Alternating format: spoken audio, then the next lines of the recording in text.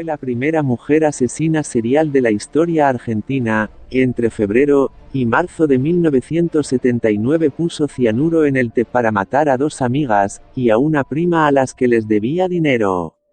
María de las Mercedes Boya Aponte de Murano, alias Gilla, se hizo conocida a través de los años como la envenenadora de Montserrat. Era metódica para matar, y asesinó por codicia a dos amigas y a una prima segunda.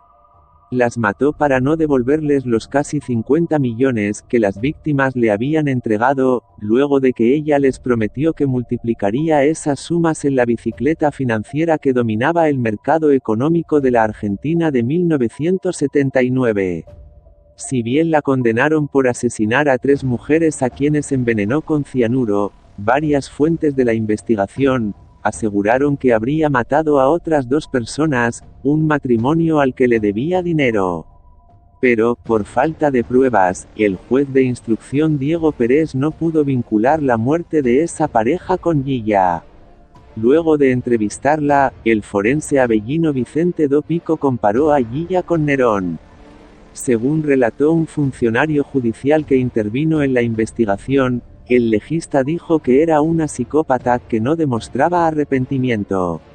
En la entrevista, esta mujer, hija de militares, admitió que, si bien estaba casada, tenía al menos 2 amantes, un poderoso empresario y un comisario general de la Policía Federal.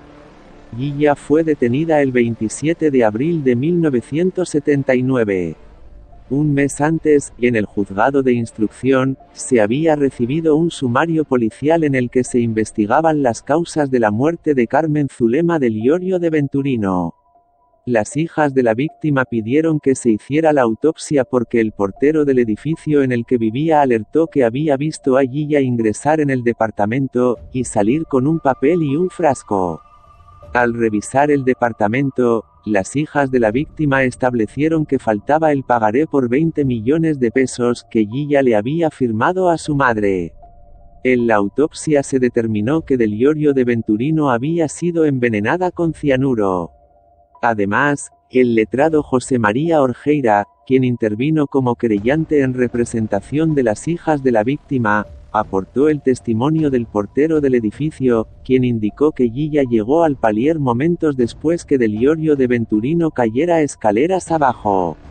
Según el abogado, los testigos escucharon a la acusada preguntar a los vecinos que socorrían a la mujer, si se había muerto, si le había pasado algo y si había hablado. Luego vieron que Gilla ingresó en el departamento, según explicó, para retirar la agenda para avisarle a la familia.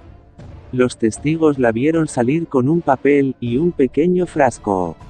Al reconstruir los hechos de ese 24 de marzo de 1979, los detectives de la División Homicidios de la Policía Federal establecieron que el papel que llevaba Gilla era el pagaré que acreditaba la deuda que mantenía con la víctima, y se sospecha que el frasco contenía el cianuro con el que había envenenado a la amiga.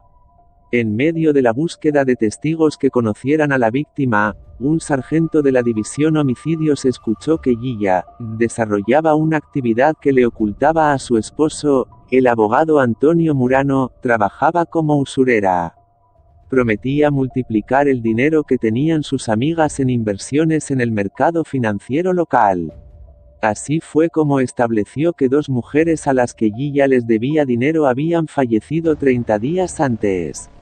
Al llevarle este dato al juez Pérez, el magistrado decidió exhumar los cuerpos de Nilda Gamba y Lelia Formisano de Ayala. Ambas habían sido sepultadas en el cementerio de la Chacarita.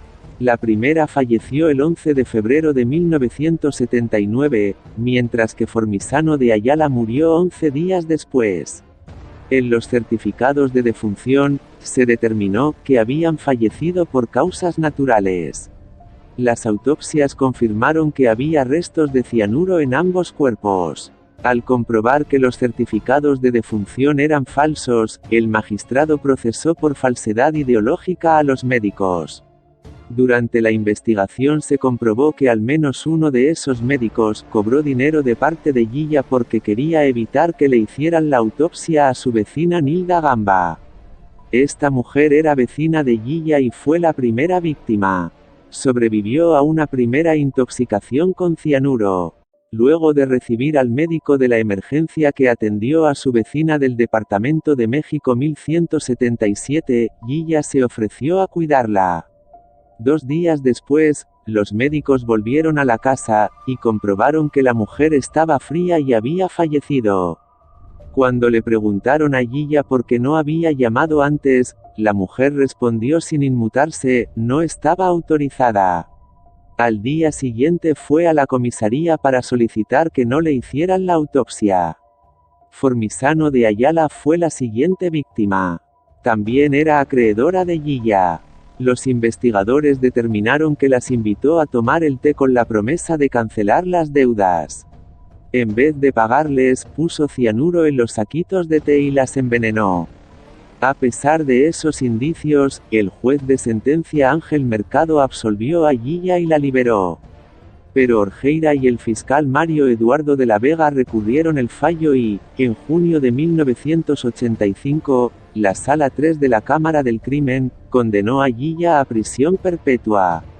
En 1993, el presidente Carlos Menem le conmutó la pena y recuperó la libertad. Yiya Murano fue la primera mujer asesina serial del país. Falleció el 26 de abril de 2014 a los 83 años, y sus crímenes fueron una de las noticias más trascendentes en los medios, en 1979.